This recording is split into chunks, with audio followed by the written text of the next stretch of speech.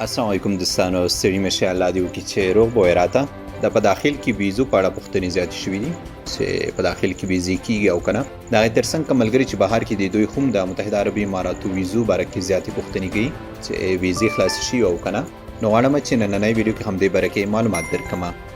ښه دوستانو، په داخل د اماراتو کې کوم څوک چې غواړي د یوې کمپنۍ، دوکان، مقاول یا نورو ځایونو څخه خپله ویزه کینسل کول غواړي او د یې غواړي چې کوم بل ځای ولګوي، نو دغو کسانو لپاره اوس مهال بغیر د دوبۍ څخه نورو اماراتو کې ویزې نه کیږي.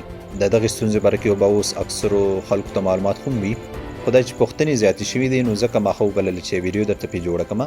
نو چې ما نن څومره هم دې باره کې پلټنه وکړه، که هغه د ټایپینګ سنټرونو والا نه وه یا د لایسنسونو والا نه وه، کوم څوک چې خلکو ته ویزې ورکوي، نو دوی واړو راته ویل چې اوسه پورې دا ستونزه نه ده حل شوي، صرف په داخل د اماراتو کې دوبۍ کې ویزې کیږي. که هغه ویزټ ویزا والا غواړي چې خپله ویزټ ویزا کری ویزې ته واړوي، نو دی کولی شي چې دوبۍ کری ویزا واخلي.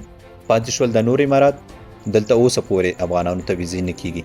خو که کوم څوک غواړي چې خپله ویزه نوې کړي، مقصد یو کس په ابوظبي یو کمپنۍ کې کار کوي، د ویزه ختمېدونکې ده، نو دی کولی شي چې خپله ویزه نوې کړي. خو دی داسې نشي کوی چې ابوظبي کې ویزه کینسل کړي او په شارجه کې دی بله کمپنۍ کې ویزه ولګوي. فلحال دا کس داسې نشي کوی. خو که دوبۍ کې لګول غواړي بیا هلته کیږي. ما خو د سوچ نه وکړی چې دا ستونزه به دومره وخت واخلي، ځکه اوس یې کافي وخوږ شو چې دغه ستونزه په متحده عربي اماراتو کې روانه ده. نو ما د خپلو مسؤلو چارواکو څخه هیله دا ده چې دې باره کې پوښتنه وکړي. اول خو موږ د دوی څخه مننه کوو چې دوی په داسې حال کې هم خپل کارونه پر مخ بیایي، خو دې سره سره دا غوښتنه هم ترې لرو چې په داخل د اماراتو کې ویزو لګولو ستونزه ډېره زیاته شوې ده. زیات خلک د داسې مشکلاتو سره ګیر دي. نو که چیرې دې لپاره زموږ محترم سفیر صاحب او قونسل صاحب د حل لار راولټوي، نو دا به ډېر لوی کار وکړي. یوه بله غوښتنه هم دا اوس را یاده شوه، زیاتو ملګرو په متحده عربي اماراتو کې ویزې ختمیږي، که هغه کاري ویزې دي یا ویزټ ویزې. دوی غواړي چې افغانستان ته لاړ شي، خو د پروژو باندې دوی له وجې نشي کوی چې افغانستان ته لاړ شي. نو دې کې کم کسانو چې ویزې ختمه دي هغې پسې غرامې را روانې دي، یا کم کسانو چې ویزې ختمېدونکي دي نو دوی پسې به هم غرامې راځي.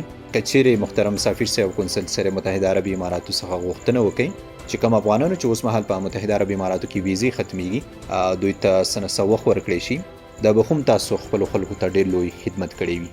پاتې شول هغه خلک چې وطن کې دي او دوی د ویزو باره کې پوښتنې کوي چې متحده عربي اماراتو ویزې خلاصې شي او که نه. دوستانو، تر اوسه پورې نه د افغانستان نه متحده عربي اماراتو ته ویزټ ویزې یا کری ویزې خلاصې شوي دي او نه د پاکستان نه. نو الله دې وکړي چې دا معلومات تاسو ته ګټور تمام شي وي. د نورو داسې معلوماتو لپاره تاسو احمد ټایمز تعقیب وئ، انشاءالله چې زه به مو په وخت خبرومه. نور ستاسو د دعاګانو او سپورټ نه د زړه له کومې مننه کوم. ښاد او باد اوسئ.